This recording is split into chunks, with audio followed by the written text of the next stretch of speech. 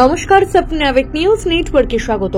বাসের জন্য অপেক্ষারত বৃদ্ধাকে ধাক্কা বাইকের, ফের মর্মান্তিক পথ দুর্ঘটনার সাক্ষী পানিহাটি। মৃতার নাম পরিণীতা দাস, বয়স 70 বছর, পানিহাটি জয়প্রকাশ কলোনি এলাকার বাসিন্দা। মৃতার পরিবার সূত্রে খবর, কাজে যোগ দেওয়ার উদ্দেশ্যে বাড়ি থেকে বেরিয়েছিলেন তিনি। এদিন সকালবেলা বাস ধরার জন্য পানিহাটি বাস স্ট্যান্ডে দাঁড়িয়েছিলেন পরিণীতা দাস।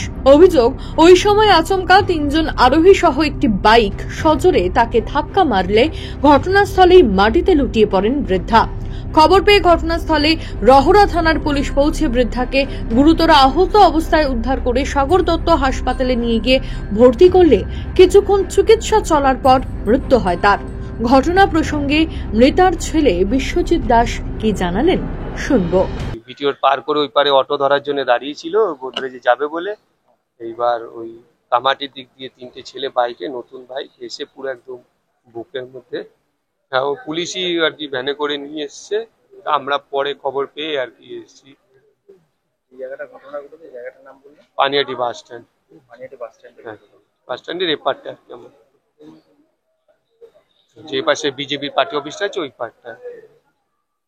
এইভাবে বাইক, তারপরে বাইকটা কি ধরতে পেরেছে? হ্যাঁ বাইক পুলিশ, আমরা আজকে থানায় গেছিলাম তো দেখে এসেছি বাইক ওখানে আটকানো আছে। বাইকে যারা চালাচ্ছিল তাদের মধ্যে যে চালাচ্ছিল তার একটু ইনজিওর হয়েছিল। তা এখানেই পুলিশ একবারে ওই দুজনকেই তুলে নিয়ে এসছে, মাকেও নিয়ে এসছে আর ওই যে চালাচ্ছিল তাকেও নিয়ে এসছে। পিছনে দুজন সেম কিছু হয়নি, তা ওখানে ওরা পালিয়ে চলে গেছে।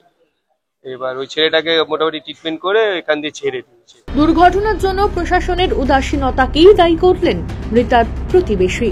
দীর্ঘদিন ধরে সিগন্যাল থাকাকালীন গাড়ি যাচ্ছে, ট্রাফিকের কোনো বিষয় নেই, ট্রাফিক রুমের মধ্যে ঘরের মধ্যে চুপচাপ করে বসে থাকে, মোবাইল ঘাটে। ঠিক আছে, এটা দীর্ঘদিন ধরে হচ্ছে। এটা হ্যাঁ পরপর 3টা ঘটনা হয়েছে। একটা হচ্ছে তোমার ধানকলা একটা অ্যাক্সিডেন্ট হয়েছে কিছু তার আগের দিন, ওটা তো মারাত্মক অ্যাক্সিডেন্ট হয়েছে।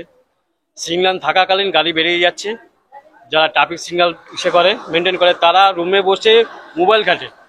ঠিক আছে, তাদের কোনো ইসে, তারা বেরিয়ে দেখে না গাড়ি যাচ্ছে বা একটা মানুষের ক্ষতি হচ্ছে, সেই জিনিস ওরা দেখছে না।